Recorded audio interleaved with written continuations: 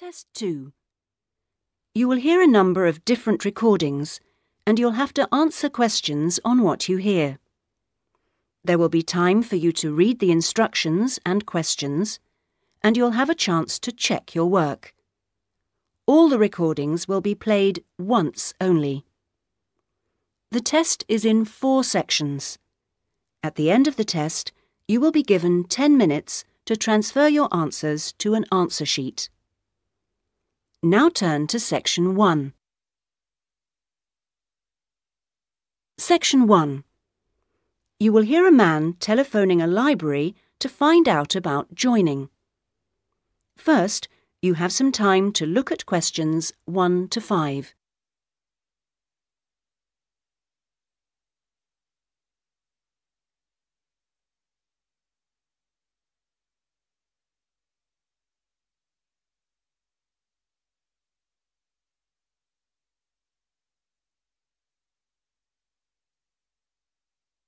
You will see that there is an example which has been done for you.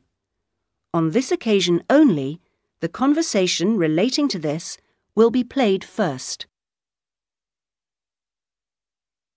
Good morning, North College Library. How can I help you? I was wondering if it was possible to join the library. Are you a student at North College? No, I'm not, but someone told me it was possible to join even if I wasn't. That's right, it is. Are you over 18? That's our minimum joining age. Yes, I am. The minimum joining age is 18, so 18 years has been written in the space. Now we shall begin. You should answer the questions as you listen, because you will not hear the recording a second time. Listen carefully and answer questions 1 to 5. Good morning, North College Library. How can I help you? I was wondering if it was possible to join the library. Are you a student at North College? No, I'm not, but someone told me it was possible to join even if I wasn't. That's right, it is. Are you over 18? That's our minimum joining age. Yes, I am. That's no problem then. Could you tell me what I have to do to join? Well, you'll need to come into the library and fill out some forms. You'll also need to bring 2 passport photos with you. We also need 2 documents for ID, so a driving license would be fine. I've got that. And what else? A credit card? No, it needs to have your address on it. Shall I bring a bank statement? Would that do? That'll be fine. Good. Does it cost anything to join? Well, it's free for students here, but otherwise it's £125 per year, or £25 if you've got a current student card from another college. I was at Westerly College until last year, but now I've got a job at Jefferson's Steel Factory. It's more expensive than I thought. My local library is free. But you'll find they don't have the range of reference books or facilities which we buy for our students. That's why you have to pay to be an external member. I see. How many books can I borrow? We allow 12 items borrowed at any one time if you're a student, and that includes CDs, DVDs and videos. However, it's only 8 items for members of the public. Fine. And how long can I have them for?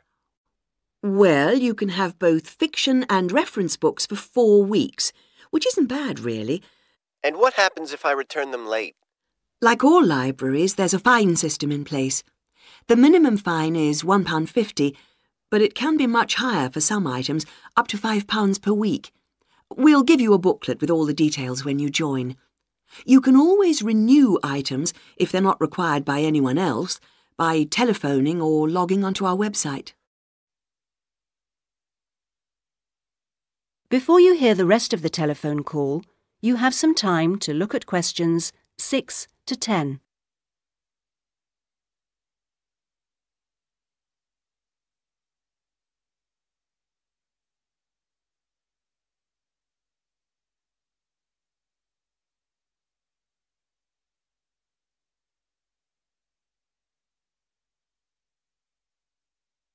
Now listen and answer questions 6 to 10.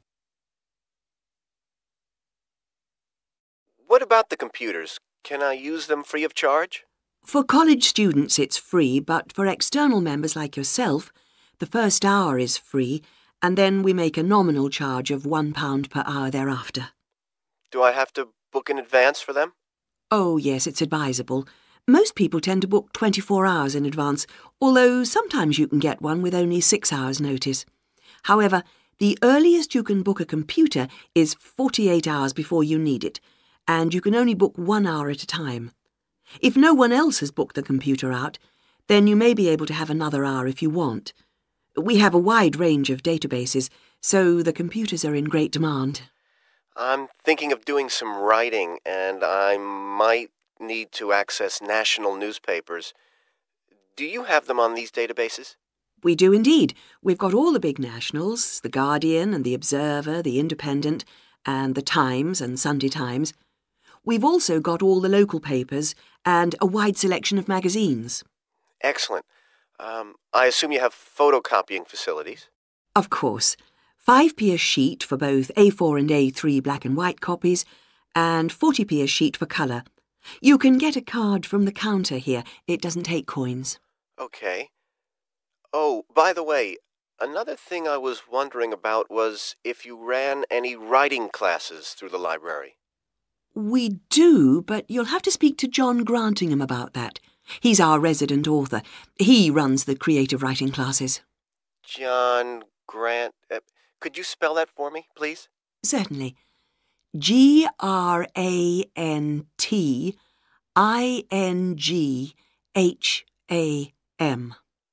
Are the classes here at the library?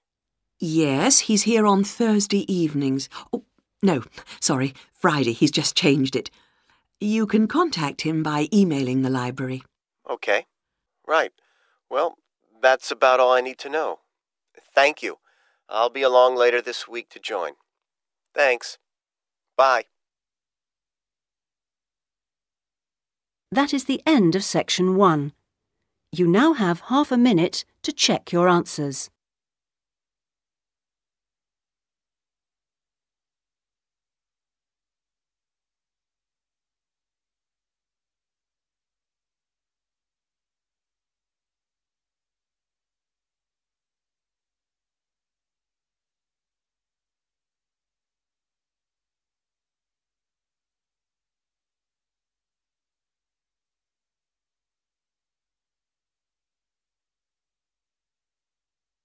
Now turn to section 2. Section 2. You will hear a man called Dan Pearman talking on the radio about Pedal Power, a UK charity which sends bicycles to people in developing countries. First, you have some time to look at questions 11 to 15.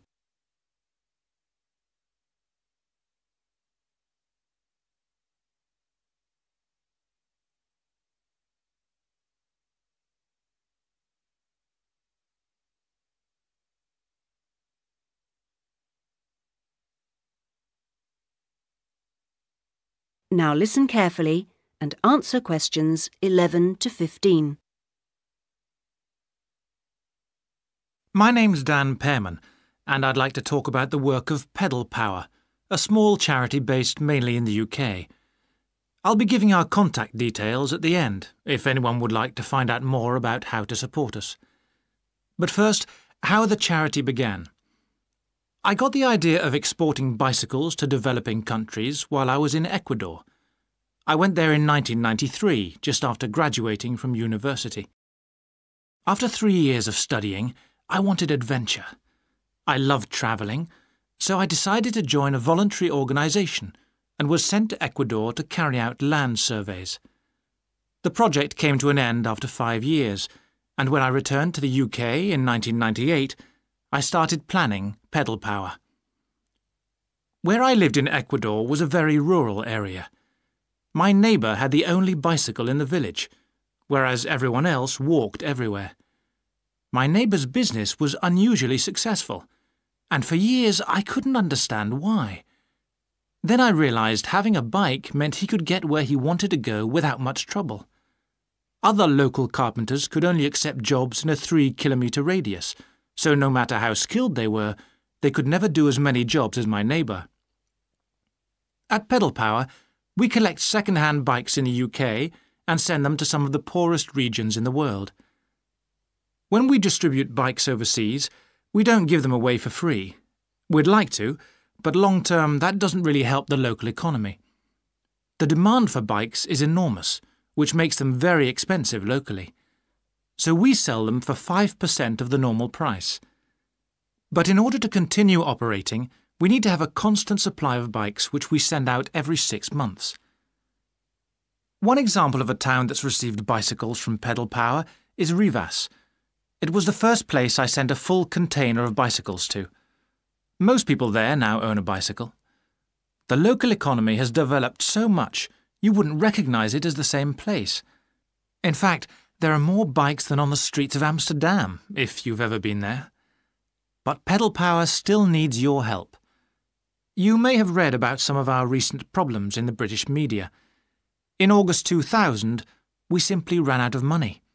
We had containers of bikes ready to send, but no money to pay the bills. It was a terrible situation. We managed to ensure the bikes went out on time, but the other problems carried on for several months. Before you hear the rest of the talk, you have some time to look at questions 16 to 20.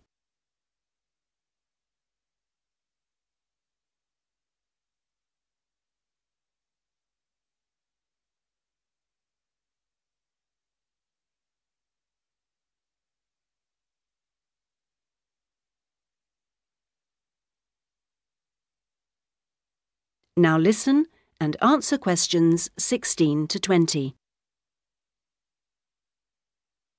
Fortunately, in October 2001, we won an Enterprise Award, which helped us enormously. We invested 15 of the £75,000 prize money to help secure our future. Winning the award helped raise our profile, and the money enabled us to pay all our shipping costs, which represent our greatest expense. Pedal Power changes lives. When someone gets a bicycle from us, they see a 14% increase in their income. We're currently looking to invest in computers so that our office staff can do an even better job. Because of our work, people in a number of countries now have a better standard of living.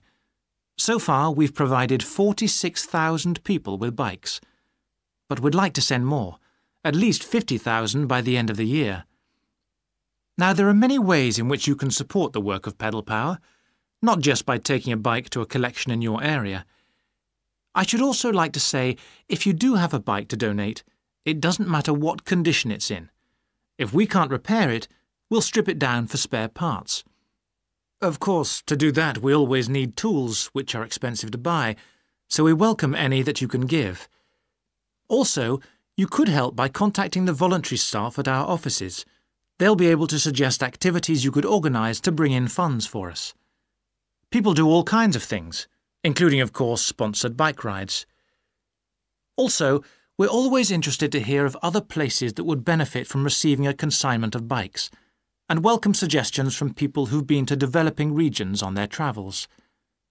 We hope that by talking on radio programmes like this, we will be able to raise public awareness, which will lead to government organisations also giving us regular financial support, something that we really need.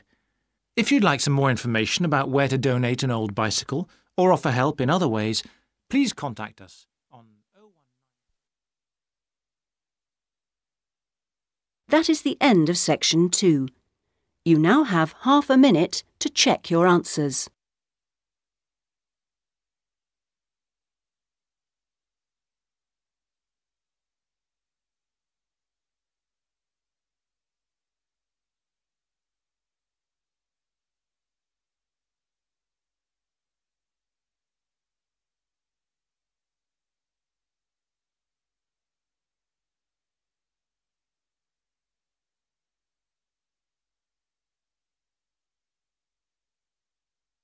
Now turn to section 3. Section 3.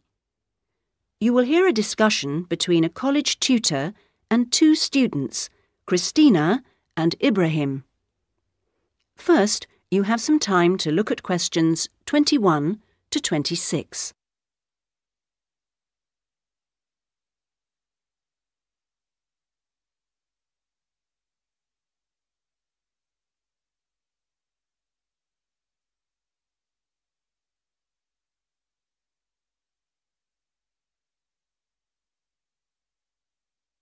Now listen carefully and answer questions 21 to 26. First of all, I'd just like to say, Christina and Ibrahim, that I really enjoyed watching your video about student life last week. And I could see that the rest of the group did too. You did really well, and I hope that you got a lot out of it. I'd like to use this tutorial as a feedback session where you reflect on the experience of doing the project. So, Christina, I was wondering, what did you enjoy most about making the video? I liked using the camera. Is it the first time you've operated one like that? Yes, it is. Well, the results were very good. Anything else? I also enjoyed visiting one of the British students we filmed. I'd never been inside a British home before. Okay, Christina, thanks. What about you, Ibrahim? What did you enjoy? Well, for me, it was a very good chance to get to know students who are on other courses, because everyone in our group is studying English, and we don't usually have much to do with the rest of the college. Yes, good. Do you think you'll maintain the contact now? Well, I hope so. I've invited 3 of them to have dinner with me next week. Great. If you haven't decided what to make yet, I can tell you they'll love trying Arab dishes. And, of course, it's good for your English, too. Christina, what did you find? What was the most useful aspect of the project from the point of view of the English practice? I think when we were being shown how to edit the film, we had to follow the instructions, and that was very good practice for me. And I also learned some technical words that I hadn't heard before. What about you, Ibrahim? What was the most useful for your English? It was listening to the British students, because they don't speak as slowly as most of the tutors on our course. I think they speak at natural speed, so it forces me to get used to it. And they use a lot of slang. So you learned some new words which will be useful? Yes. Good. I'm glad it helped. Well, we've talked a little bit about enjoyment and about language practice. Were there any other benefits? What else did you feel you'd learned from the project? Was it useful in other ways? Yes, well, firstly, I learned how to use a video camera. And also, I think I really learned a lot about working together with other people. I've never done anything with a group before, and we had to find ways of cooperating and compromising, and sometimes persuading people when they don't agree with you. Yes, that is a very useful experience, I know. Before you hear the rest of the discussion, you have some time to look at questions 27 to 30.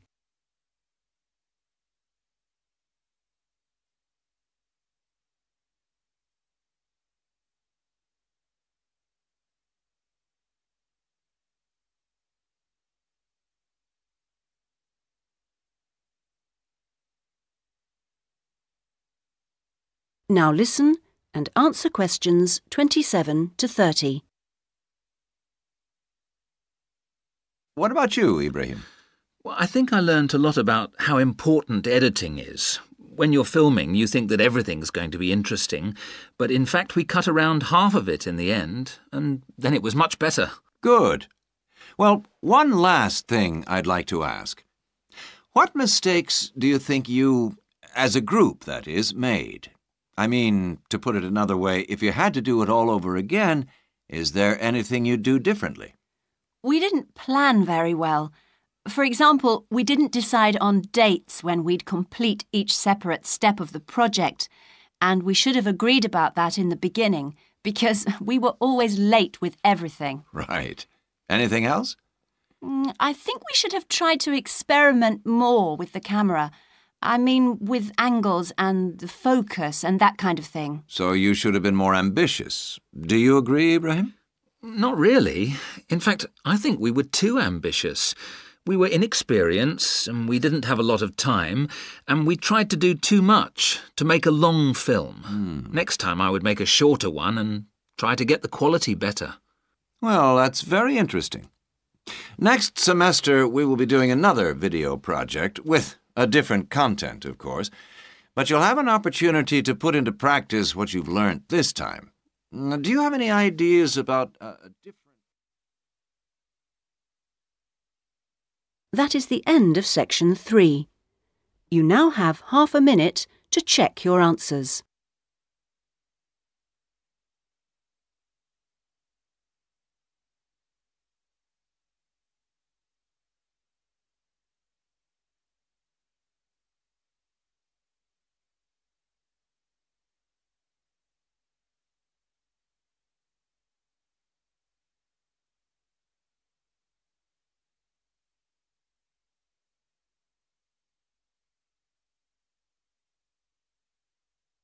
Now turn to section 4.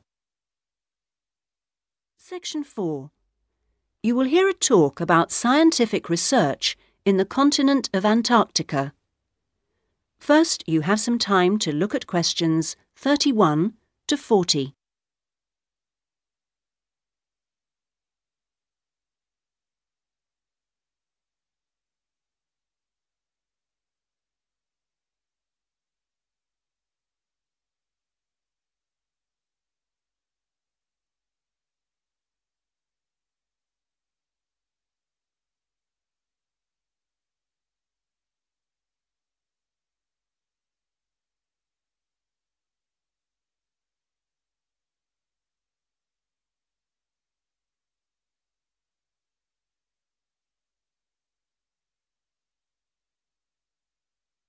Now listen carefully and answer questions 31 to 40.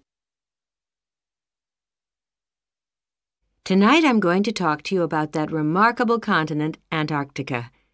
Remote, hostile, and at present uninhabited on a permanent basis. For early explorers, it was the ultimate survival contest. For researchers like me, it remains a place of great intellectual challenge, while for the modern tourist, it's simply a wilderness of great beauty. First, some facts and figures. Antarctica is a place of extremes, the highest, coldest, and windiest continent, and over 58 times the size of the UK. The ice cap contains almost 70% of the world's fresh water and 90% of its ice. But with very low snowfall, most of the continent technically falls unbelievably into the category of desert. Huge icebergs break off the continent each year, while in winter, half the surrounding ocean freezes over, which means its size almost doubles. Research and exploration has been going on in Antarctica for more than 200 years and has involved scientists from many different countries who work together on research stations. Here, science and technical support have been integrated in a very cost-effective way. Our Antarctic research program has several summers-only stations and 2 all-year-round ones. I was based on one of the all-year-round ones. The research stations are really self-contained communities of about 20 people.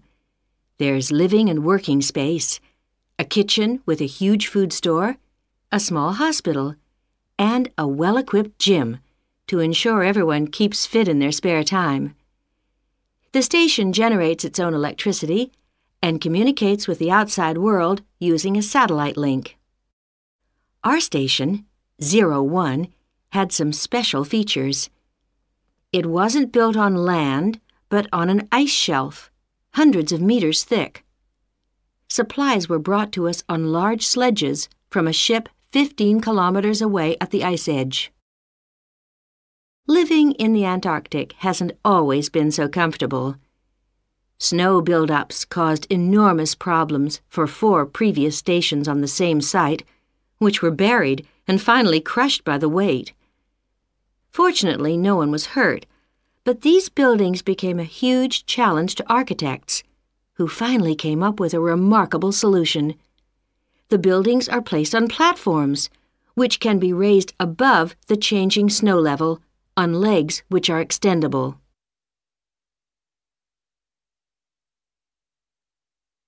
Food is one of the most important aspects of survival in a polar climate. People living there need to obtain a lot more energy from their food, both to keep warm and to undertake heavy physical work. Maybe you know that an adult in the UK will probably need about 1,700 kilocalories a day on average. Someone in Antarctica will need about 3,500, just over double. This energy is provided by foods which are high in carbohydrate and fat. Rations for field work present an additional problem. They need to provide maximum energy, but they must also be compact and light for easy transport. Special boxes are prepared, each containing enough food for one person for 20 days. You may be familiar with coffee processed by freeze-drying, which preserves the quality of the food product while making a large saving in weight. Well, this type of presentation is ideal in our situation. It wasn't available to earlier polar explorers whose diet was commonly insufficient for their health. I think that being at the cutting edge of science has a special appeal for everyone working in Antarctica, in whatever capacity. As a marine biologist, my own research was fascinating, but it's perhaps climate change research that is the most crucial field of study. Within this general field, surveying changes in the volume and stability of the ice cap is vital, since these may have profound effects on world sea levels and on ocean currents. A second important area is monitoring the size of the hole in the ozone layer above Antarctica, since this is an indicator of global ultraviolet radiation levels. Thirdly, bubbles in the ice sheet itself provide an index of pollution because frozen inside them are samples of previous atmospheres over the past 500,000 years, and these provide us with evidence for the effects of such human activities as agriculture and industry. There are an increasing number of opportunities for young people to work for a period in Antarctica, not only as research assistants in projects like mine, but also in a wide range of junior administrative and technical positions, including vacancies for map makers. I hope that the insights I've provided will encourage you to take up these opportunities in this fascinating continent. That is the end of Section 4. You now have half a minute to check your answers.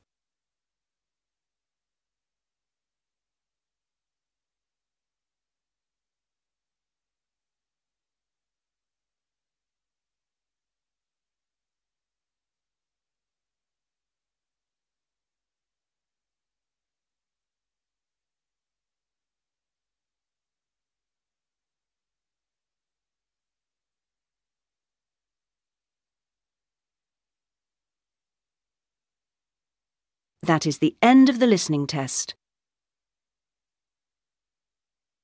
In the Ielts test, you would now have 10 minutes to transfer your answers to the listening answer sheet.